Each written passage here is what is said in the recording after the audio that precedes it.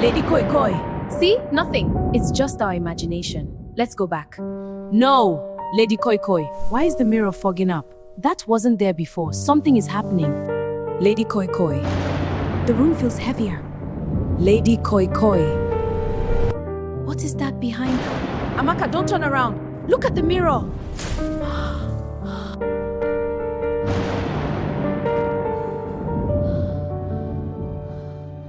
Jesus, help me! Oh, you guys don't leave me. Run! Don't look back! Help me! Please don't stop! Chidinma was not the kind of girl that trouble followed. She was quiet, always carrying her books close to her chest, always walking fast like she was afraid the world would catch up to her. People noticed her only because she was neat, polite, and too soft for a place like that school.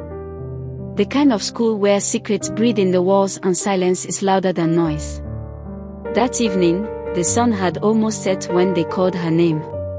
She didn't suspect anything. Why would she? They were people she recognized. People she had greeted before. People who smiled. They took her behind the abandoned laboratory, the one nobody used anymore because the roof had started caving in and snakes were rumored to live there. They told her they needed help. They told her it would be quick. They told her not to be scared. But fear knows before the mind does. She tried to step back when she saw the look in their eyes change, but it was already too late. One hand covered her mouth, another grabbed her wrist so tight she felt her bones shift. She struggled, kicking the dusty ground, her shoes slipping off in the process. She tried to scream again, but her voice died in her throat when the first blow landed. They didn't mean to kill her at first. That was the second lie. They said it went too far. They said she stopped breathing suddenly. They said panic took over. They said they had no choice. When they realized she was gone, silence fell over them like a curse. No birds. No wind. Just their heavy breathing and her body lying still, eyes open, staring at nothing. That was when fear truly entered their hearts. They knew they couldn't leave her there. Someone suggested the well. The old well behind the bush, the one everyone believed was dry. The one people avoided because animals used to fall into it. They dragged her lifeless body through thorns and dirt, her hair catching on branches, her dress tearing softly with every pull. One of her shoes was missing. They searched for it frantically but couldn't find it. It was getting dark. They were running out of time. That's when someone came up with the idea, a story. An animal attack. They said they would say something beat her, dragged her, and threw her into the well. To make it believable, they took one of her remaining shoes and hid it far away, planning to find it later as evidence. They dropped her into the well. Her body hit the bottom with a sound none of them would ever forget. When she was eventually found days later, bloated and broken, the school cried. The community mourned. They buried her with only one shoe on her feet. One shoe. One empty space. That was when the third lie was born. They said she was finally at rest. But Chidinma did not rest. The night after her burial, the school guard heard footsteps where no one should have been. Slow. Uneven. Like someone walking with one shoe. He thought it was his imagination until he heard a faint sound, a dragging step, and then a whisper calling a name he refused to answer. The next morning, students started talking.